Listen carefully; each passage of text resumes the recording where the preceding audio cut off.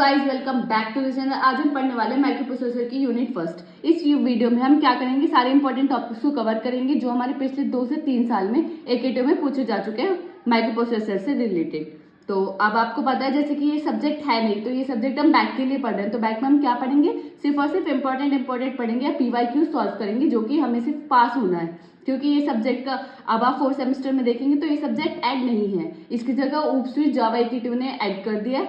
तो अभी इतना मतलब पढ़ा नहीं जाता, हमारे टाइम तक ही था जब हम पढ़ रहे थे। तो अब इसमें हम क्या करेंगे, इंपॉर्टेंट क्वेश्चन को कवर करेंगे। तो वीडियो को स्टार्ट करते हैं, बढ़ते हैं अपने पहले क्वेश्चन की तरफ, जो कि इवोल्यूशन ऑफ माइक्रो प्रोसेसर, यानी माइक्रो प्रोसेसर का इवोल्यूशन किस तरीके से हुआ, क्या क्या हुआ। तो जैसे हमारा हम इसमें क्या, इसमें जनरेशन टू जनरेशन पढ़ेंगे कि फर्स्ट जनरेशन में क्या था, second generation, third generation, fourth generation, generation to generation micro processor में क्या क्या चेंजेस आए।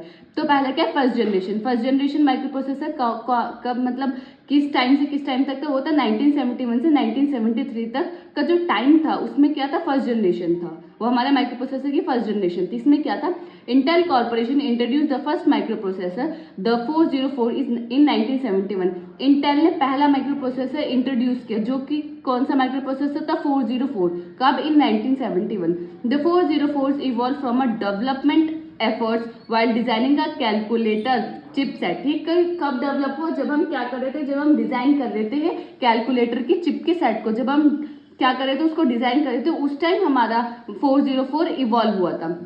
हाँ, अब जो फर्स्ट जनरेशन में है हम क्या यूज करते हैं, वी यूज वैक्यूम ट्यूब्स। जब हमारी फर्स्ट जनरेशन थी माइक्रो प्रोसेसर की, तो हम उसमें क्या यूज करते थे, वैक्यूम ट्यूब्स का यूज करते थे। The micro processor introduce between 1971 and 1973। Micro processor कब इंट्रोड्यूस हुआ, 1971 से 1973 तक। What the first generation system, हम उसको क्या बोलते हैं, फर्स्ट जनरेशन सिस्टम भी बोलते हैं। दे वर डिजाइन यूजिंग द PMOS यानी पी टाइप मोसफेट टेक्नोलॉजी। जब हमने पहला माइक्रो प्रोसेसर कौन सा था, 404, जब इंटेल 404 हमने इंट्रोड्यूस किया, तो जब हमने उसकी डिजाइनिंग की यानी जब हमने उसे डेवलप किया, तो हमने क्या यूज किया, PMOS यानी पी टाइप मोसफेट का, हमने पी टाइप मोसफेट टेक्नोलॉजी का यूज करके हमने फर्स्ट जनरेशन माइक्रो प्रोसेसर को डेवलप किया, जो कि कौन सा था, 404। अब हमारी क्या होती है इसकी जनरेशन, यानी सेकेंड जनरेशन में हमारा क्या था, सेकेंड जनरेशन कब से थी, फर्स्ट जनरेशन 1971 से 1973 तक थी, तो सेकेंड जनरेशन हमारी कौन सी, 1973 से 1978 तक का जो टाइम था वो क्या था, हमारा second generation. After 1973 second generation micro processor such as Motorola 6800 and 6809, Intel 8085 and Zilong 280 evolve। पहले हमारा सब फर्स्ट जनरेशन में हमने क्या पढ़ा कि हमारा जो माइक्रो प्रोसेसर था कौन सा था, 404 इवॉल्व हुआ। उसके बाद हमारे कौन कौन से, 1973 के बाद सेकंड जनरेशन में इतने सारे माइक्रो प्रोसेसर डेवलप हुए। पहले माइक्रो प्रोसेसर हम क्या यूज करते थे, वैक्यूम ट्यूब्स का यूज करते थे, जबकि जब सेकंड जनरेशन में आए तो हमने क्या यूज कर दिया, instead of vacuum tubes we use transistors. हम वैक्यूम ट्यूब्स का यूज नहीं करते थे, हम किसका यूज करते थे, ट्रांजिस्टर्स का यूज करते थे।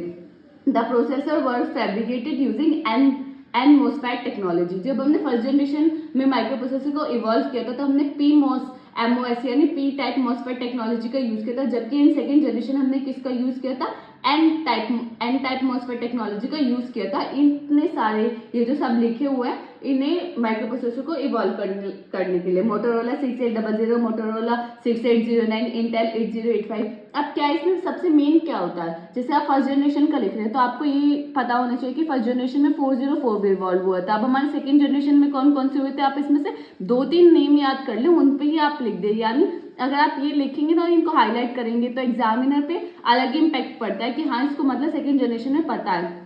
वो इतना थ्योरी नहीं पड़ेगा, वो मेन पॉइंट्स देखेगा। आप इसमें मेन पॉइंट्स में आप ये इसको हाईलाइट कर सकते हैं कि पहले फर्स्ट जनरेशन में हम किसका यूज करते थे, वैक्यूम ट्यूब्स का। इंस्टेड ऑफ वैक्यूम ट्यूब्स जब हम सेकंड जनरेशन में, तब हम किसका यूज करने लगे, ट्रांजिस्टर्स का। अब हम पढ़ते हैं थर्ड जनरेशन की तरफ। थर्ड जनरेशन हमारी कब से थी, 1979 से 1980 तक हमारी क्या थी, थर्ड जनरेशन थी। After 1978 the third generation micro processor was introduce. Second generation थी 1978 तक, 1978 के बाद हमारी थर्ड जनरेशन इंट्रोड्यूस हुई। This micro processor are 16 bit wide and include typical processor such as Intel 8086, Intel 80186, 80286 and Motorola 6800 and Motorola 68010। After 1978 के बाद हमारी second generation के बाद third generation micro processor introduce हुआ, जिसमें क्या था, जो प्रोसेसर्स थे उनके कितने बिट के थे, प्रोसेसर जो थे हमारे 16 बिट के थे और उसमें जो प्रोसेसर इंक्लूड होते थे वो थे इंटेल 8086, ये सब क्या थे, ये सब थर्ड जनरेशन में इंक्लूड थे। वी यूज इंटीग्रेटेड सर्किट, पहले में हमने क्या यूज करा, पहले हमने यूज किया वैक्यूम ट्यूब्स, दूसरे में ट्रांजिस्टर्स। अब हम थर्ड जनरेशन में जब आए तो हमने क्या यूज किया, इंटीग्रेटेड सर्किट्स का यूज किया। इंटीग्रेटेड सर्किट का मैंने ब्रैकेट में लिखा हुआ है कि हमने यूज किया install the brain of the computer, यानी अब कंप्यूटर को क्या थी, पहले इतनी रिक्वायर्ड नहीं थी, अब हम क्या चाहते हैं कि जो भी हम चीज बताएं कंप्यूटर अपने आप उस चीज को समझे और उसके रेस्पॉन्स करे। तो उसके लिए क्या चाहिए, जैसे हमारे पास ब्रेन है उसी तरीके से हमें क्या चाहिए कि कंप्यूटर के पास भी ब्रेन हो, ताकि वो हमारी इंस्ट्रक्शन को समझ सके कि हम क्या उसको पूछना चाह रहे हैं। इसीलिए हमने क्या यूज किया, इंटीग्रेटेड सर्किट का यूज किया, ताकि हमारा जो कंप्यूटर है वो क्या कर सके, हमारी जो हम क्वेश्चन पूछ रहे हैं उसको खुद से अंडरस्टैंड करके हमें आंसर दे सके। तो वो हमने ये सब चीज़ किस में इवॉल्व हुई थी, थर्ड जनरेशन में। अब फोर्थ जनरेशन कब थी, फोर्थ जनरेशन थी 1980 से 1995 तक। इन 1980 fourth generation micro processor evolve. 1980 में क्या हुआ, फोर्थ जनरेशन माइक्रो प्रोसेसर है, जिसमें कौन कौन से थे, Intel introduce the first commercial 32-bit micro processor, the probability Intel 435। पहले हमने क्या पढ़ा था, थर्ड जनरेशन में क्या पढ़ा था, जो इंटेल ने माइक्रो प्रोसेसर को इवॉल्व किया, लेकिन वो कितने बिट का था, वो था 16 बिट का। लेकिन जब हम फोर्थ जनरेशन में आए तो जो हमारा माइक्रो प्रोसेसर था वो कितने बिट का हो गया, 32 बिट का हो गया, और उसमें क्या था, इंटेल 432 हमने इवॉल्व किया था। Use micro processor. अब पहले हम क्या, पहले वैक्यूम ट्यूब, फिर ट्रांजिस्टर, फिर सर्किट्स, लेकिन अब हम फोर्थ जनरेशन में आते आते हम क्या यूज करने लगे, इन सब चीज़ों को हमने छोड़कर हमने क्या यूज करने स्टार्ट कर दिया, माइक्रो प्रोसेसर का ही हम यूज करने लगे। Since 1985 more 32-bit microprocessor have been introduced। 1985 के बाद ये नहीं कि Intel 432 ही इंट्रोड्यूस हुआ, उसके बाद काफ़ी सारे 32-bit माइक्रोप्रोसेसर हमारे क्या हुए, इंट्रोड्यूस हुए। This include MC 68020, 68030 and Intel 80386। In fourth generation में ये सब माइक्रोप्रोसेसर इवॉल्व हुए।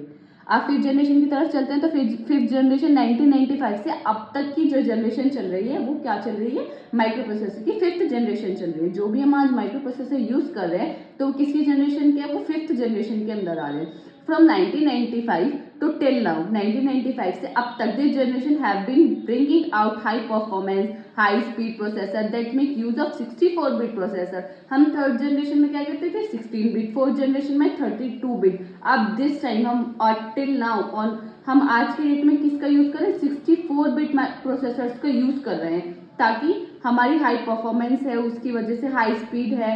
पहले ये सब चीज़ें नहीं थी, स्पीड और परफॉर्मेंस को तो पहले हम इतना देख ही नहीं रहे थे, लेकिन जैसे जैसे जनरेशन टू जनरेशन हमारे माइक्रो प्रोसेसर इवॉल्व हुआ तो हमारी क्या होगी, हमारी स्पीड भी हाई होगी, परफॉर्मेंस भी हाई हो गई। सच प्रोसेसर अंदर क्या क्या इंक्लूड होते हैं, such as processors include Pentium, Celeron, dual and quad core processors. ये सब क्या है, ये फिफ्थ जनरेशन के अंदर आते हैं जो हम आज के टाइम। हमारा नेक्स्ट क्वेश्चन क्या है, नेक्स्ट क्वेश्चन है हमारा माइक्रो प्रोसेसर का आर्किटेक्चर पूछा था और उसके कंपोनेंट पूछे थे, जो कि एकेटीओ हमारे 21-22 में 10 नंबर में क्वेश्चन पूछा जा चुका है। सेम क्वेश्चन की आर्किटेक्चर और कंपोनेंट आपको डिफाइन करने हैं। तो ये आपको दिख रहा होगा, ये हमारे क्या है, ये इसका आर्किटेक्चर और इन्हीं कंपोनेंट को आपको डिफाइन करना था कि ये कंपोनेंट का इनका क्या क्या स्पेसिफिक वर्क है। जैसे डेटा बस, आपको क्या रखना है, ये याद रखना है कि बाई डायरेक्शनल है, ये यूनि डायरेक्शनल है, इनकी डायरेक्शंस याद करनी है। ये डेटा बस है, address bus, control bus, 3 type की बसेज इसमें यूज होती है। जो हम इसमें रजिस्टर्स यूज करते हैं वो जनरल पर्पस रजिस्टर और स्पेशल पर्पस रजिस्टर का हम इसमें यूज करते हैं। एक इंस्ट्रक्शन डिकोडर होता है जो इस इंस्ट्रक्शन को डिकोड करता है। ALU होता है, टाइम इन कंट्रोल होता है, और एक्सटर्नल कंट्रोल्स होता है। अब ये तो हम इसमें आगे पढ़ेंगे कि ये होते क्या क्या है, लेकिन आपको ये जो आर्किटेक्चर है, ये डायग्राम मोस्ट इंपॉर्टेंट है। अगर आप इसको अच्छे से बना के आ जाएंगे ना तो एग्जामिनर आपके इतनी थ्योरी पे ध्यान नहीं देगा, अगर आपने जो आर्किटेक्चर है वो काफ़ी अच्छे से बनाया है। तो बढ़ते हैं इसके थ्योरी की तरफ, किसी कंपोनेंट पे है क्या जो हमने पढ़ा है कि ये रजिस्टर ALU, अब इनका वर्क क्या क्या है। तो पहले क्या होता है हमारा ALU, this part perform all the arithmetic and logical operation like addition, subtraction, division, multiplication. ये जो सारे ऑपरेशन हम परफॉर्म करते हैं वो किसकी वजह से करते हैं, हम ALU अर्थमेटिक लॉजिकल यूनिट की वजह से हम क्या कर पाते हैं, ये सारे ऑपरेशंस को परफॉर्म कर पाते हैं। देखो हमारे माइक्रो प्रोसेसर में कभी भी हमें एडिशन, सब्सट्रैक्शन, मल्टीप्लिकेशन या कोई भी ऑपरेशन परफॉर्म करना है इस तरीके का, तो हम किसका यूज करेंगे, ALU का यूज करेंगे। नेक्स्ट क्या है हमारा general purpose register. General purpose register है क्या? In the microprocessor there are 8 general purpose register. Microprocessor के अंदर क्या 8 जनरल पर्पस रजिस्टर होते हैं और 16 बिट रजिस्टर पेयर्स। और जो अगर हम उनकी पेयरिंग करते तो वो क्या होता है 16 बिट रजिस्टर पेयर्स होते हैं हमारे। When using the register pair mode, जब हम ये जो रजिस्टर पेयर्स होते हैं, जब हम पेयरिंग में 16 बिट का, तो जो पेयरिंग का 16 बिट का वो हम कहाँ यूज करते हैं? रजिस्टर पेयर मोड में हम इनका यूज करते हैं। ठीक है, are use general purpose register are use for both storing data as well as the address. अब जो जनरल पर्पज रजिस्टर है वो हमारा डेटा को स्टोर भी करता है और साथ में साथ उस डेटा का एड्रेस भी हमारा क्या करता है? स्टोर करता है। अब हमारा हमें कोई भी चीज़ को हमें ट्रांसफर करना है तो हमें पता होना चाहिए ना कि हमारा उसका एड्रेस यानी हमारी डेस्टिनेशन कहाँ है। अगर हमें उसकी डेस्टिनेशन पता ही नहीं रहेगी तो हम कहाँ पर, हमें पता ही नहीं रहेगा कि यहाँ ही है या यहाँ पहुँचाना है, कहीं पे भी पहुँचा देंगे। अगर हमारी डेस्टिनेशन क्लियर होगी तो बहुत ईजिली हम सीधा अपना पाथ जाएंगे और वहाँ हम उनको दे देंगे। तो ये एड्रेस भी होल्ड करता है एज वेल एज डेटा। ठीक है, अब क्या होता है special purpose register. Special purpose register किसी स्पेशल पर्पस के लिए, जब हमारा कोई स्पेशल पर्पस होता है तभी हम इनका यूज करते हैं। जैसे इनका नाम है वैसे इसका काम है। दिस कंसिस्ट, अब बस आपको इसमें याद रखना है कि ये इसमें कंसिस्ट ये क्या क्या करता है। It consist accumulator, program counter, stack pointer and flag register. ये क्या कंसिस्ट करता है? एक एक्यूमुलेटर, एक प्रोग्राम काउंटर, एक स्टैक पॉइंटर एंड एक फ्लैग रजिस्टर। अब 5th जनरेशन के अंदर आते हैं such as processors include Pentium, Celeron, dual and quad core processors. ये सब क्या आता है? ये सब इंक्लूड होता है हमारे 5th जनरेशन के अंदर। अब ये जो हम पढ़ रहे हैं कि 8085 इंटेल, 8085 इंटेल, 8086, ये क्या है? एक तरीके से चिप समझिए आप। ये क्या होती है? एक तरीके से चिप होती है जो हमारे ये कहाँ रोल प्ले करती है? 8086, 8085 ये हार्डवेयर में बहुत इंपॉर्टेंट रोल प्ले करती हैं। ये हमारे जो प्रोसेसर्स हैं उनके हार्डवेयर को सपोर्ट करने के लिए हम यूज करते हैं 8085, 8086। ठीक है, क्या पहला क्या एक्यूमुलेटर है। एक्यूमुलेटर क्या है? एक्यूमुलेटर का जो वर्क होता है वो क्या होता है? टेम्परेरी होल्डिंग एरिया भी हम इसको बोल सकते हैं। जब भी हम कोई भी कैलकुलेशन करते हैं, यानी कोई भी हम 2 पर्सन्स कैलकुलेशन कर रहे हैं, तो कैलकुलेशन के टाइम जैसे आप करते हैं काफ़ी बड़ी कैलकुलेशन आ जाती है तो आपको क्या चाहिए होता है? एक रफ पेज चाहिए होता है ताकि आप वहाँ कैलकुलेशन कर सकें। इसी तरीके से हमारे पास ये टेम्परेरी होल्ड एरिया जिसे हम बोलते हैं एक्यूमुलेटर, जब हम कोई भी कैलकुलेशन को परफॉर्म करते हैं तो हम तब किसका यूज करते हैं? एक्यूमुलेटर का। ठीक है, अब ये जो हमारा नेक्स्ट क्या हमारा प्रोग्राम काउंटर। प्रोग्राम काउंटर क्या होता है? ये हमारा लाइक आप समझ लीजिए बुक मार्क की तरह होता है जो हमारा प्रोग्राम काउंटर होता है। It hold the memory address of the next instruction, यानी जो हमारी नेक्स्ट इंस्ट्रक्शन है उसका मेमोरी एड्रेस को होल्ड कौन करता है? Program counter. याद रखिए इसका वर्क क्या है? It hold the memory address of the next instruction, यानी नेक्स्ट इंस्ट्रक्शन का मेमोरी एड्रेस को होल्ड करता है। नेक्स्ट क्या है हमारे स्टैक पॉइंटर। स्टैक आपको पता है एक ऐसी बकेट की तरह होता है स्टैक, उसी तरीके से स्टैक पॉइंटर हमारे क्या होता है? जो हमारे स्टैक होता है उसके जो टॉप में जो एलिमेंट होता है स्टैक पॉइंटर उसको पॉइंट करता है। ठीक है, वही है ये help keep track of the top of the stack, यानी टॉप ऑफ द स्टैक पे क्या है उसका ये ट्रैक रखता है। नेक्स्ट होता है हमारा फ्लैग रजिस्टर। फ्लैग रजिस्टर्स क्या रजिस्टर होता है? वो हमारा किस चीज़ के लिए यूज होता है? ये सेट ऑफ इंडिकेटर्स होता है, यानी हमें ये बताता है कि अगर हम ये परफॉर्म कर रहे हैं तो इस टाइम हमारा ये फ्लैग एक्टिवेट होगा। अगर आप मल्टीप्लिकेशन फॉर एग्जांपल अगर आप मल्टीप्लिकेशन करें तो फ्लैग 0 एक्टिवेट होगा, अगर आप एडिशन करें तो फ्लैग 1 एक्टिवेट होगा। इस तरीके से हमारे फ्लैग रजिस्टर काफ़ी सारे होते हैं जो कि आप आगे वाली यूनिट्स में पढ़ेंगे काफी अच्छे से। नेक्स्ट क्या होता है हमारा इंस्ट्रक्शन डिकोडर। इंस्ट्रक्शन डिकोडर होता है ये क्या है? It acts like a translator. ये क्या है? किस तरीके एक्ट करता है? ट्रांसलेटर की तरह। When the micro processor fetch an instruction from the memory, जब माइक्रो प्रोसेसर फैच करता है इंस्ट्रक्शन किससे? मेमोरी से। This instruction is in binary code. जब वो मेमोरी से फैच करेगा इंस्ट्रक्शन तो वो किस में होगी? वो बाइनरी कोड में होगी, विच इज सीरीज ऑफ 0 या 1, यानी बाइनरी कोड में होगी तो या तो 0 में होगी या 1 होगी या 0 और 1 के कॉम्बिनेशन में होगी instruction. The instruction decoder take the binary code, वो इंस्ट्रक्शन क्या लेता है? इंस्ट्रक्शन डिकोडर मेमोरी से जो इंस्ट्रक्शन लिया है वो लेगा और ट्रांसलेट करेगा उसको सिग्नल्स में that micro processor can understand and act upon, यानी जो माइक्रो प्रोसेसर है वो हमारे क्या करेगा? वो हमारे सिग्नल्स को सपोर्ट करता है, यानी वो सिग्नल समझ पाता है। तो हमारी जो मेमोरी से हमने क्या ली, ये हमारी मेमोरी है, तो मेमोरी से हमने कोई भी इंस्ट्रक्शन को फैच किया, फिर उस इंस्ट्रक्शन जो फैच किया हमने वो किस में होगी? वो बाइनरी कोड में होगी, यानी 0 में होगी या 1 होगी या 0 या 1 के कॉम्बिनेशन में होगी। तो जो वो हमारी इंस्ट्रक्शन है अगर हमें उसे माइक्रो प्रोसेसर तक पहुंचाना है तो माइक्रो प्रोसेसर तक पहुंचाने के लिए हमें उस इंस्ट्रक्शन को किस में चेंज करना होगा? सिग्नल्स में चेंज करना होगा, ताकि माइक्रो प्रोसेसर उसको समझ पाए और उसके अकॉर्डिंग एक्ट कर पाए। तो इसलिए हम इसका किसका यूज़ करते हैं, इंस्ट्रक्शन डिकोडर। ये हमारी मेमोरी बाइनरी में है, ये इंस्ट्रक्शन डिकोडर है और उसको कन्वर्ट कर देता है वो सिग्नल्स में, ताकि माइक्रो प्रोसेसर उसको अंडरस्टैंड कर पाए। नेक्स्ट है हमारा timing and control unit. The unit control and synchronize all the operation inside and outside the microprocessor. जो हमारा क्या है कंट्रोल यूनिट एंड टाइमिंग है, ये क्या बताती है कि किस टाइम कौन सा ऑपरेशन हमारा परफॉर्म होना है। और ये क्या करते हैं, कंट्रोल यूनिट क्या करती है, हमारी सिंक्रोनाइजेशन करती है, यानी जो हमारे इनसाइड ऑपरेशन परफॉर्म हो रहे हैं और जो आउटसाइड ऑपरेशन परफॉर्म हो रहे हैं उनके बीच क्या होता है, सिंक्रोनाइजेशन को वो क्या करती है, इस्टेब्लिश करती है। नेक्स्ट हमारे क्या है, एड्रेस बस। एड्रेस बस क्या करता है, use for transmitting address information. ये कोई भी एड्रेस इन्फॉर्मेशन हमें ट्रांसमिट करनी हो तो हम किसका यूज करेंगे, एड्रेस बस का यूज करेंगे। कंट्रोल बस क्या होता है, it comprises of various signals line use for carrying synchronization signal. Control bus क्या करता है, कंट्रोल प्रोवाइड करता है। जब भी हम ट्रांसमिशन या कम्युनिकेशन करते हैं या कोई भी हमें टास्क परफॉर्म कराना होता है तो उस टाइम हमें कंट्रोल चाहिए होता है, यानी सिंक्रोनाइजेशन चाहिए होता है कि ऐसे नहीं हम वर्क कर रहे हैं उस टाइम कोई और भी आ जाए, तो ऐसा नहीं होना चाहिए। तो उसके लिए हम किसका यूज करते हैं, कंट्रोल बस का यूज करते हैं, जिसके अंदर क्या होता है, वेरियस सिग्नल स्लाइस होते हैं, जिसकी वजह से वो क्या कर पाता है, सिंक्रोनाइजेशन को सपोर्ट कर पाता है। नेक्स्ट क्या होता है हमारी डेटा बस। डेटा बस किस चीज के लिए होते हैं, डेटा को ट्रांसफर करने के लिए, कि हमें कौन सा डेटा ट्रांसफर करना है। तो हम उस टाइम किसका यूज करेंगे, डेटा बस का यूज करेंगे, कि सोर्स से डेस्टिनेशन को हमें कौन सा डेटा, अगर हमें सिर्फ और सिर्फ डेटा हमें ट्रांसमिट करना है तो then we use data bus. तो ये हमारा जो ये क्वेश्चन है, आपको इसमें अच्छे से पहले तो आर्किटेक्चर जो आपको 2-3 बार खुद से एक बार बनाकर देखना है, उसके सारे कंपोनेंट का वर्किंग मैंने आपको समझा दी, ये सब अच्छे से 3 पेज में लिख के आना है। 10 नंबर में क्वेश्चन आएगा तो 8-9 आपको बहुत इजीली मिल जाएंगे। अब बढ़ते अपने नेक्स्ट क्वेश्चन की तरफ, जो कि हमारा इंटरफेसिंग डिवाइस, जो कि हमारा वो भी AKTU 21-22 में पूछा जा चुका है 10 नंबर में। Interfacing device in a micro processor means connecting external devices like keyboard. Interfacing device micro processor में क्या होती है, ताकि ये हमें एक ऐसा कनेक्शन प्रोवाइड करते हैं ताकि हम जो एक्सटर्नल डिवाइसेस है उसको माइक्रो प्रोसेसर क्या कर सके, कनेक्ट कर सके, जैसे हमारे keyboard, so that can communicate and work together, जिसकी वजह से हम क्या कर पाएंगे, कम्युनिकेशन कर पाएंगे, अपना डेटा या इन्फॉर्मेशन को शेयर कर पाएंगे और क्या कर पाएंगे, वर्क जो हम एक साथ कर पाएंगे। किसकी वजह से, इंटरफेसिंग डिवाइसेस की वजह से। This allow the microprocessor to send and receive data from these devices. ये अलाउ करता है, इंटरफेसिंग डिवाइस अलाउ करता है कि माइक्रो प्रोसेसर डेटा को सेंड भी कर सके किसी डिवाइस से, रिसीव कर सके दूसरे डिवाइस से। वो किसकी वजह से कर पाते हैं हम, इंटरफेसिंग डिवाइसेस के। सिंपली आप समझिए 2 पॉइंट में आप मेन ध्यान रखें, इंटरफेसिंग डिवाइस क्या होती है, ये हमारी ऐसी डिवाइस होती है, हमें ऐसा कनेक्शन प्रोवाइड करते हैं जिसकी वजह से हम क्या कर पाते हैं, एक्सटर्नल डिवाइसेस को कनेक्ट कर पाते हैं माइक्रो प्रोसेसर से, जिसकी वजह से वो कम्युनिकेट कर पाएंगे, वर्क एक साथ कर पाए। दूसरा पॉइंट क्या है, ये अलाउ करते हैं हमारे माइक्रो प्रोसेसर को कि वो सेंड कर सके डेटा या रिसीव कर सके डेटा दूसरी डिवाइसेस से। तो ठीक है, ये इसका मेन वर्क है।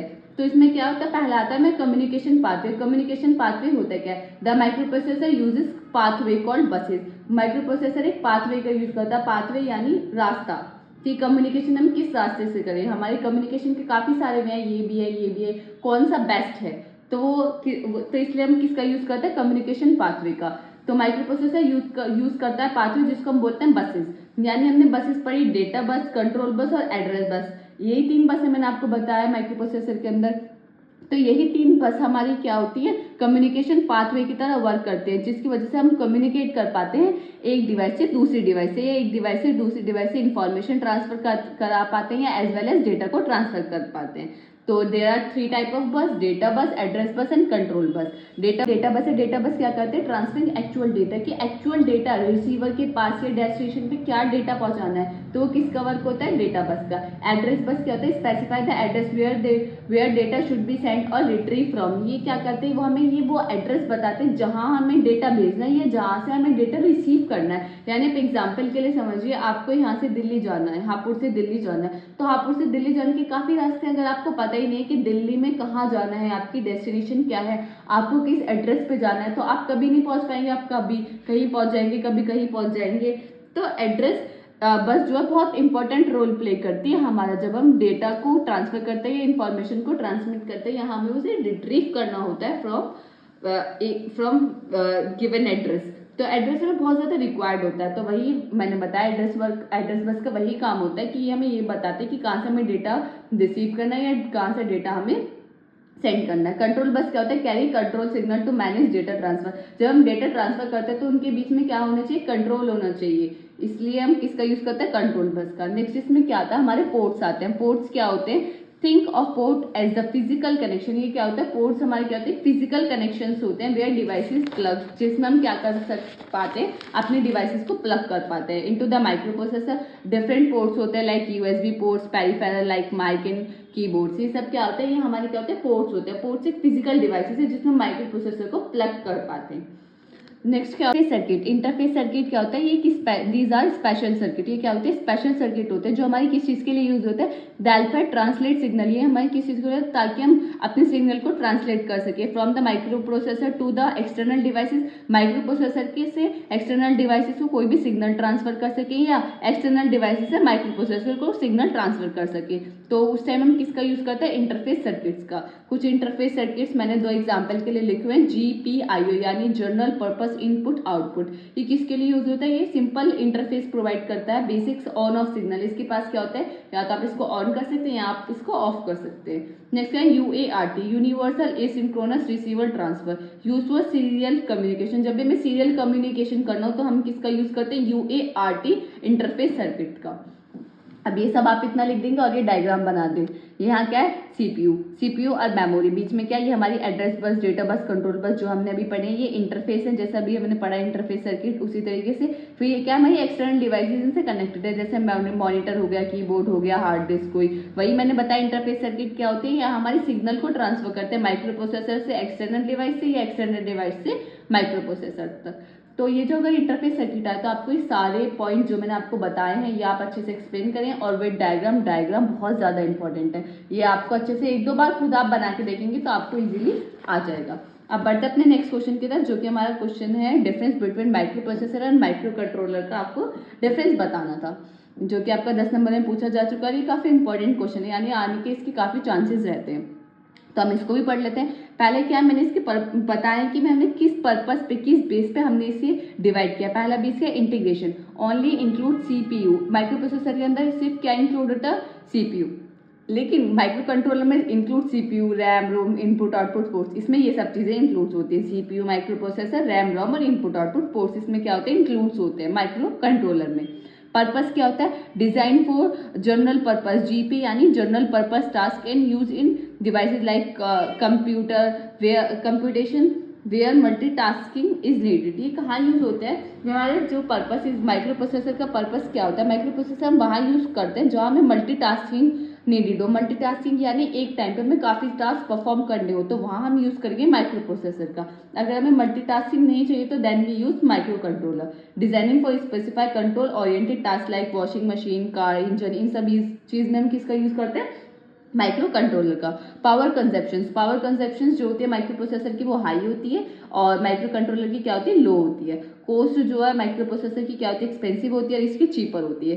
Complexity, more complex, less complex. Flags जो है इसमें 0 फ्लैग रजिस्टर होता है लेकिन इसके पास 0 फ्लैग रजिस्टर नहीं होता। और नेक्स्ट क्या हमारा registers, required less number of register. Microprocessor के अंदर क्या होता है, काफ़ी कम रजिस्टर्स होते हैं, लेकिन इंस्टीड ऑफ माइक्रो कंट्रोलर इसके पास क्या होते हैं, काफ़ी सारे रजिस्टर्स होते हैं। Required more number of register. जो अब सर्किट्स हैं इसके अंदर जो सर्किट होता है वो काफ़ी कॉम्प्लेक्स होता है और इसके अंदर क्या होता है, सर्किट जो है वो काफ़ी लेस कॉम्प्लेक्स होता है। तो ये जो हमारे सारे इंपॉर्टेंट क्वेश्चन है वो यहाँ फिनिश होते हैं। जो हमने सारे मतलब इंपॉर्टेंट क्वेश्चन या PYQs है वो हमने इसमें कवर कर लिए। और आप यूनिट 1 को इतना कर लें तो आपकी अच्छे से मतलब यूनिट 1 हो जाएगी और इससे क्वेश्चन आने के काफ़ी ज़्यादा चांसेस रहते हैं। अगर आपको ये वीडियो अच्छी लगी हो तो लाइक, कमेंट, शेयर करना ना भूलें और चैनल को सब्सक्राइब करना बिल्कुल ना भूलें। अगर आपको ये नोट्स चाहिए तो आप ज्वाइन कर सकते हैं हमारा टेलीग्राम चैनल, जिसका लिंक डिस्क्रिप्शन में ऑलरेडी है, तो आप वहाँ से जाके हमारे बाय कर सकते हैं हमारे नोट्स। और thank you for watching this video. मिलते हैं किसी अगली वीडियो में।